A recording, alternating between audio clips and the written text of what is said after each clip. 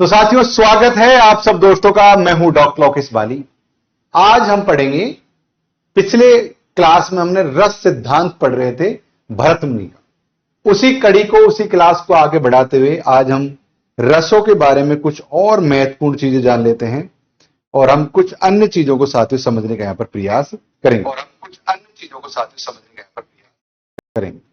Thank you so much. आज आवाज एकदम मुझे लगता है और दिन से भी बेहतर आ रही होगी। आवाज में आज कोई कमी नहीं होगी क्योंकि लैपटॉप चेंज कर दिया है मैंने सामने वाला। अब पहले जो लैपटॉप था विंडोज था, अब एप्पल का लैपटॉप है, जिसमें क्या है कि आवाज का लॉस नहीं होता है। तो रसों से संबंधित महत्वपूर्ण तथ्य हैं, इनको साथियों हम लोग समझने का प्रयास करते हैं। ठीक है, एक बार आ जाइए क्लास में सबके सब लोग कमेंट करना शुरू कर दीजिए।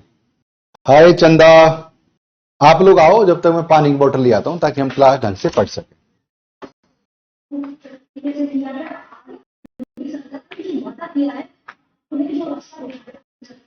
हो सकता है कल कह रहे नहीं करेंगे, इस्तीफा तो नहीं देंगे।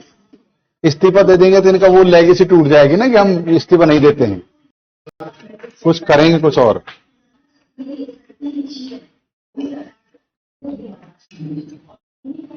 चलो भाई साहब, शुरू करते हैं चीजों को।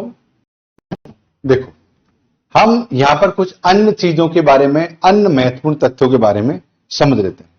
हाय नमस्ते। आज सबसे पहले एक चीज समझ लेते हैं, हम साथियों श्रृंगार रस के बारे में कुछ चीजें लिख लेते हैं। क्या है साथियों हमारा श्रृंगार? आप में से कितने लोगों को पता है कि श्रृंगार रसों को रसों का राजा कहा जाता है? आप में से कितने लोग इस चीज को जानते हैं? सब जानते होंगे श्रृंगार रस। इसको ना रसों का राजा कहा जाता है। क्या कहा जाता है इसको? रसों का राजा, राजा कहा जाता है। अब इसको, इसके बारे में कुछ महत्वपूर्ण चीजें समझ लो आप, जो आपको जरूरी है एग्जाम की दृष्टि से। आचार्य भरत मुनि, आचार्य भरत मुनि लिखते जाओ। आचार्य रुद्रट, आचार्य आनंदवर्धन। तुम लोग आचार्य लिख लेना, मैं शॉर्ट में आचार्य नहीं लिख रहा हूं, ठीक है। आचार्य आनंदवर्धन, आचार्य अभिनवगुप्त, हेमचंद्र ईटीसी ने इस रस को सर्वोत्तम रस स्वीकार किया। यह चीज ध्यान रखना कि श्रृंगार रस को केवल भरतपुरी मुनि ने नहीं, श्रृंगार रस को रुद्रट, आनंदवर्धन, अभिनवगुप्त, हेमचंद्र, इन सभी ने सर्वोत्तम रस के रूप में स्वीकार किया। यह महत्वपूर्ण है, यह महत्वपूर्ण है साथियों। अब ना कुछ चीजें और जरूरी हैं जो आपको मैं यहां पर लिखा देता हूं, स्टार बनाकर लिखा रहा हूं, ठीक है। भोजराज और अग्नि पुराणकार कौन है? ने तो अग्नि पुराणकार केवल, ये इन लोगों से भी आगे बढ़ गए, श्रृंगार रस को ही एकमात्र रस माना। अब देखो, सब लोगों ने उसको श्रेष्ठ तो माना, लेकिन दो व्यक्ति ऐसे हैं, भोजराज और अग्नि पुराणकार। अब अग्नि पुराणकार कौन है? आपका सवाल है, कौन है? ओके, आइए अब हम यहां श्रृंगार रस कितने प्रकार के होते हैं इस चीज को समझने का प्रयास करते हैं। हम ये चीज समझते हैं कि ये कितने प्रकार के होते हैं। ये साथियों दो प्रकार के हैं। ये है साथियों संयोग और एक है साथियों हमारा वियोग। संयोग, संयोग श्रृंगार, और एक है साथियों हमारा वियोग श्रृंगार। अब देखो, संयोग क्या होता है? आपने देखा होगा, जो मिलन का जो भाव होता है, जहां पर मिलन की स्थिति होती है, नायक नायिका के मिलन की स्थिति जब आती है, उसको कहते हैं संयोग।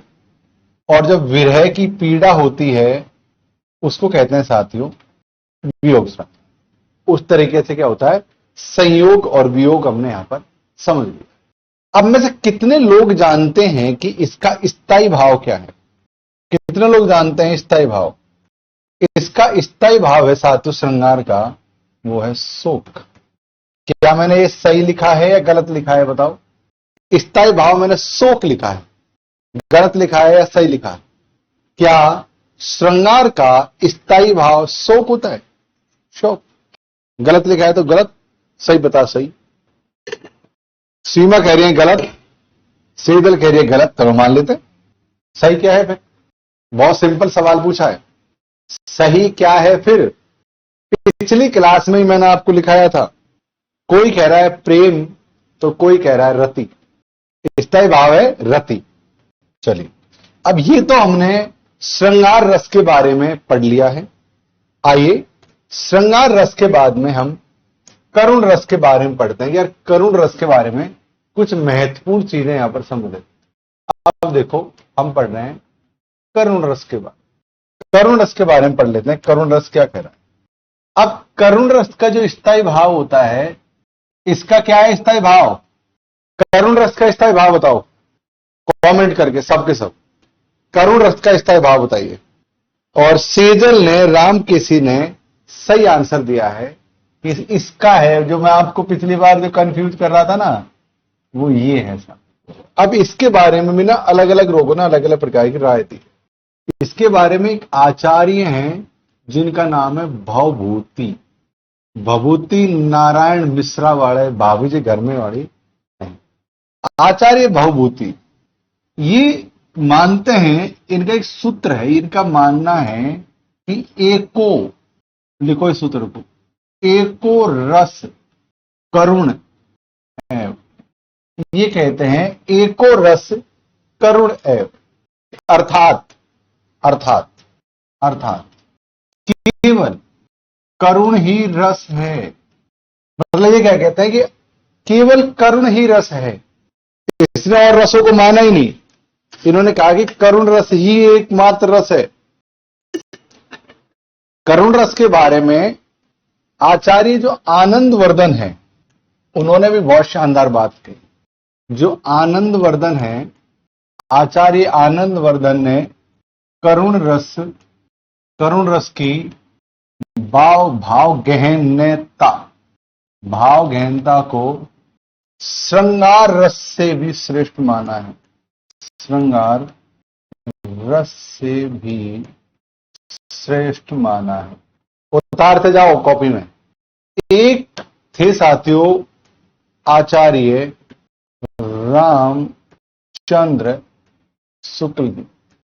आचार्य रामचंद्र जो शुक्ल हैं, वो भी इनके बारे में बहुत अच्छी बात करते हैं। उन्होंने कहा कि करुणा, ध्यान सुनो, उन्होंने कहा कि करुणा को मानवीय संवेदना की चरम अवस्था मानते, करुणा को मानवीय संवेदना की चरम अवस्था मानते हैं। ये कौन मानते हैं? आचार्य रामचंद्र शुक्ल। ये एडिशनल जानकारी है जो मैं आपको अलग अलग रसों के बारे में दे रहा हूं। अब मुझे आप बताओ कि इस तरीके से लिख लिख कर पढ़ना अच्छा लग रहा है या पीपीटी से पढ़ाता हूं वो ज्यादा अच्छा लगता है? बताओ कैसे ज्यादा अच्छा लग रहा है आप लोगों को? इस तरीके से पढ़ना या पीपीटी से पढ़ना, किस तरीके से ज्यादा अच्छा लगता है? लिख कर पढ़ाओ सर। गुरु जी को पढ़वाओगे हैं? चलो तो कोई बात नहीं, लिख कर पढ़ लो। अब है साथियों हमारा हास्य रस।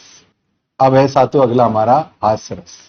हास्य रस, इसके बारे में लोगों ने क्या क्या बात कही है, आइए उस पर हम एक बार चर्चा कर लेते हैं। भरत मुनि हास्य रस को सर्वाधिक सुखात्मक रस मानते हैं।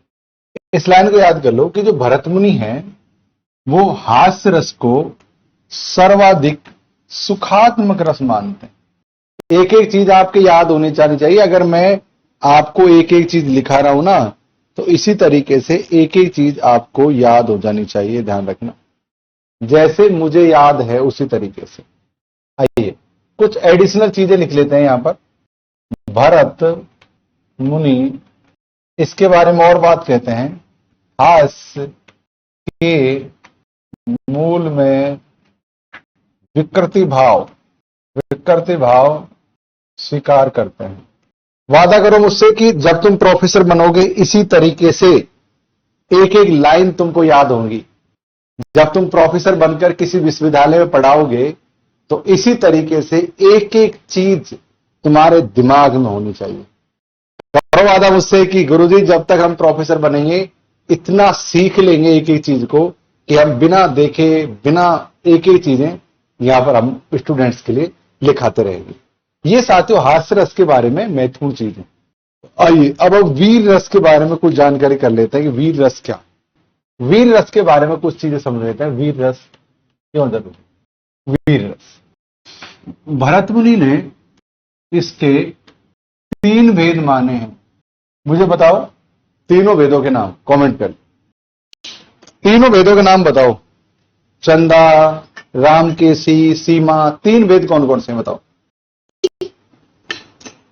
तीनों वेदों के नाम बताओ कि सर 3 वेद ये हैं। तीनों वेदों के नाम बताओ। 3 जो भेद हैं वो कौन कौन से हैं साथियों, उस चीज के बारे में चर्चा कर। पहला जो भेद है इसका मैं लिखा देता हूं, कोई बात नहीं है, वह दानवीर है। दानवीर।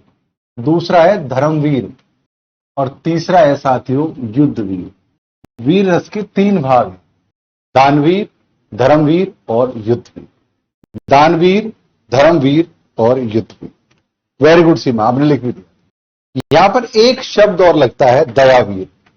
एक एडिशनल चीज है और मैं बता दूं, यह है दयावीर। दया, ये विश्वनाथ ने 4 प्रकार माने।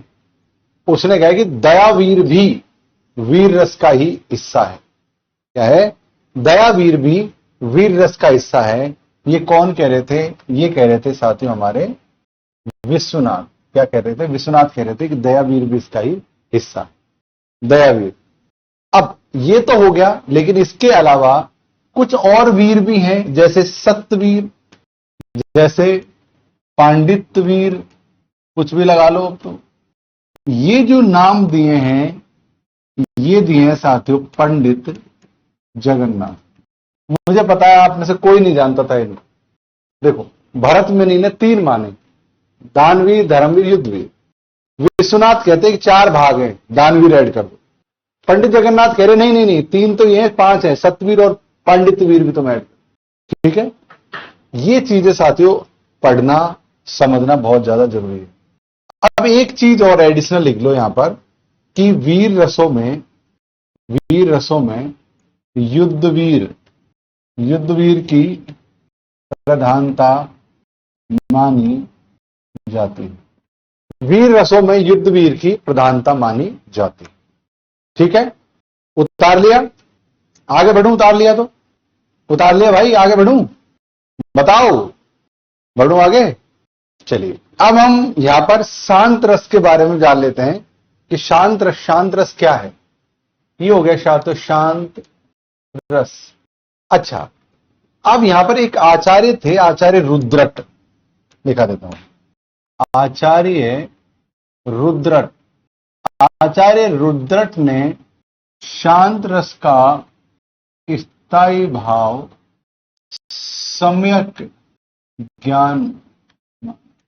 आप में से कुछ लोग सम्यक ज्ञान का कहीं सुना है क्या? अगर आप जैन ऋषियों को पढ़ोगे, सम्यक ज्ञान, सम्यक दृष्टि, सम्यक चरित्र, 3 चीजों की बात करते हैं। सम्यक ज्ञान, सम्यक चरित्र, सम्यक दर्शन, सम्यक चरित्र, इन तीनों की बात करते हैं। उनमें से है साथियों सम्यक। एक चीज और महत्वपूर्ण है जो एग्जाम की दृष्टि से बहुत महत्वपूर्ण हम इसको मान सकते हैं। जो अभिनव गुप्त है, अभिनव गुप्त ने शांत रस का स्थायी भाव किसे माना? तृष्णा। चलिए मेरे भाई, मेरे बंधु, मेरे हमसाए, मेरे भाई, मेरे बंधु, मेरे हमसाए, मेरे भाई, मेरे बंधु। ये भी थोड़ी देर में बंद हो जाएगा, डिश है। अब हम पढ़ते हैं रस का स्वरूप। ठीक आ रहा है? Very good. अब हम पढ़ते हैं साथियों रस का स्वरूप। रस का स्वरूप क्या है? लिखो, रस का स्वरूप क्या है? लिखिए साथियों हमारा रस का स्वरूप। अब क्या है रस का स्वरूप? रस का स्वरूप है साथियों रसो। याद कर रखा है सूत्र? रसो वै से। ये सूत्र है रस का। इसका मैं आपको चीजें बता रहा हूं कि कहां से लिया गया है, क्यों लिया गया। साथियों वो है साथियों तैत्तिरीय उपनिषद है एक, उसमें कहते हैं रस ही परमात्मा है।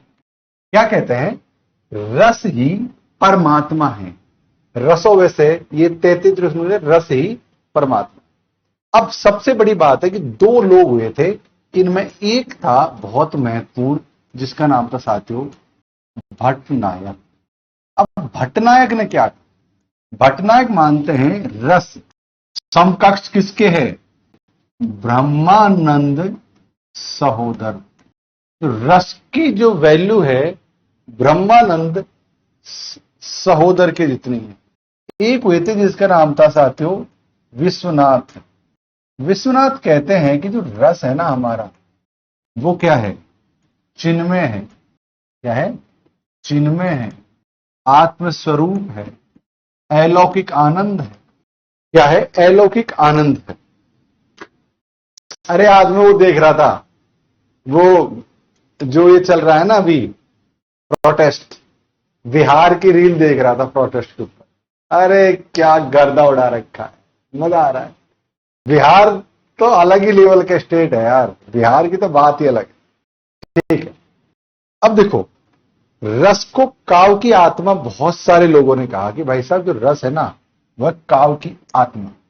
इस चीज को समझने का प्रयास करते हैं कि रस काव की आत्मा कैसे है। व्हाइट पर लिखूं क्या? रस काव की आत्मा, इस चीज को समझो। रस काव की आत्मा कैसे है, इस चीज को समझने का प्रयत्न करो। अब यहां पर रस काव की आत्मा को बहुत सारे लोगों ने अलग अलग माना। जैसे एक व्यक्ति हैं जिनका नाम है आचार्य राजशेखर। आचार्य राजशेखर क्या कहते हैं? इन्होंने एक सूत्र दिया था, शब्दार्थों ते शरीर रस आत्मा। अर्थात अर्थात अर्थात अर्थात अर्थात शब्द और अर्थ शरीर है और रस आत्मा। लग तो यही रहा है, लेकिन मैट का था, अपना मैट वाला, ये तो साइनिंग वाला अपना मैट का था। अब मुझे बताओ कि आप लोग व्हाइट बोर्ड पर पढ़ना पसंद करोगे या रेड बोर्ड पर? ब्लैक बोर्ड ज्यादा अच्छा लग रहा था, ये वाला व्हाइट बोर्ड ज्यादा अच्छा लग रहा? देख लो, ये हो गया व्हाइट बोर्ड, ये हो गया black board. White board black board, white board black board, white board black board. अब बताओ, ये हो गया ब्लैक, ये व्हाइट, ये ब्लैक, ये व्हाइट, ब्लैक, ये व्हाइट। अब बताओ कैसा कलर चाहिए? अधिकतर लोग ब्लैक बैकग्राउंड की बात कर रहे हैं। चलो एक पेज हम पढ़ लेते हैं इस पर। चलिए भाई साहब, तो काव की आत्मा, राजशेखर कहते हैं शब्द और अर्थ शरीर है और रस आत्मा है। कितनी बड़ी बात कही है कि जिस प्रकार से शब्द अर्थ शरीर है और उसके रस क्या आत्मा है, तो यानी रस इतना महत्वपूर्ण है साथियों। आइए अब हम बात करते हैं यहां पर अभिनव गुप्त के बारे में। एक महत्वपूर्ण है जिसका नाम है अभिनव गुप्त। अभिनव गुप्त, अभिनव गुप्त क्या कहते हैं इसके बाद? तो अभिनव गुप्त कहते हैं रस के बिना काव जीवित नहीं रह सकते। वो कहते हैं रस के बिना, रस के बिना, रस के बिना काव जीवित नहीं रह सकता। रस के बिना काव जीवित नहीं रह सकता। उसी तरीके से साथियों महिम भट्ट भी कुछ कहते हैं। आइए, महिम भट्ट कहते हैं कि काव में रस ही मुख्य है। मतलब रस की इतनी ज्यादा व्याख्या इन लोगों ने कर दी कि रस ही श्रेष्ठ है, रस के बगैर कुछ नहीं है, रस तो रस रस रस रस रस। बहुत तड़ा रस को इन्होंने बहुत ज्यादा चढ़ा दिया, उठा दिया, भगा दिया। आचार्य विश्वनाथ भी कहते हैं इसके बारे में कुछ।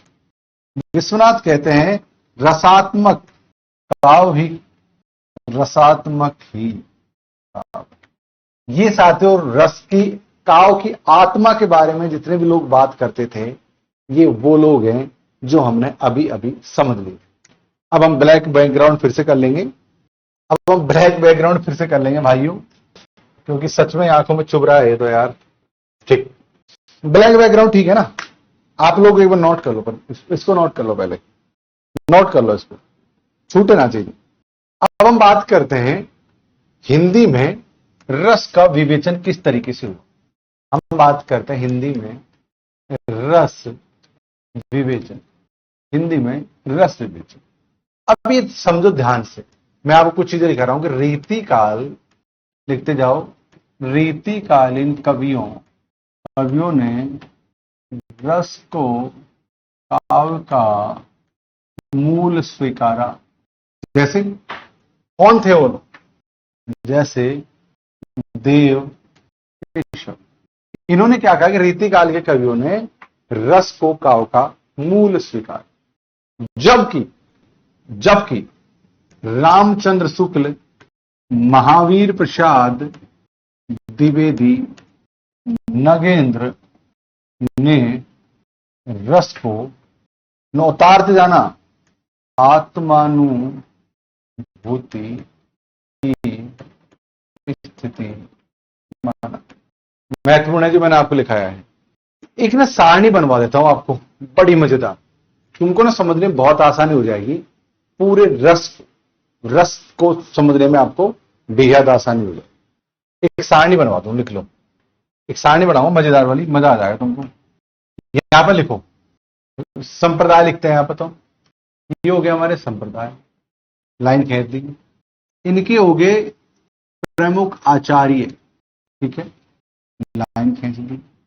और एक हो गया काव्य की आत्मा, एक हो गया काव्य की आत्मा। इस सारणी को बना लो आप, बहुत काम की है। अब देखो, सबसे पहला है रस संप्रदाय। प्रमुख आचार्य कौन थे? भरत मुनि। काव्य की आत्मा किसको माना? रस को। मजा आया? अब और भी आएगा। इसके बाद में आप दूसरे नंबर का लिखो अलंकार संप्रदाय। अब और भी मजा आएगा। अलंकार संप्रदाय किसने दिया था? यह दिया था 6ठी शताब्दी में होने वाले भामा ने। और काव्य की आत्मा किसको माना? अलंकार को। नोट कर लो। अब ऐसा तो रीति संप्रदाय किसका है बताओ? हम सब संप्रदाय को पढ़ेंगे अभी, पर मैं आसान कर दे रहा हूं इसलिए लिखा रहा हूं। रीति संप्रदाय किसका है? रीति संप्रदाय किसका है?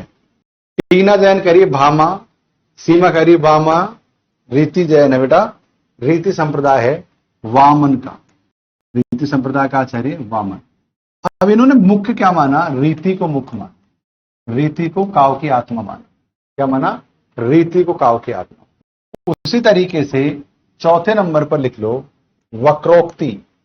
आपने सिलेबस में पढ़ाऊंगा इनको मैं अभी।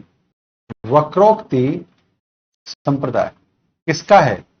वक्रोक्ति संप्रदाय किसका है? आचार्य कुंतक। अच्छा एक बात बताओ, आप लोग ना सन लिखते जाओ, कौन सी सदी है इनकी? आचार्य कुंतक। और इन्होंने क्या माना?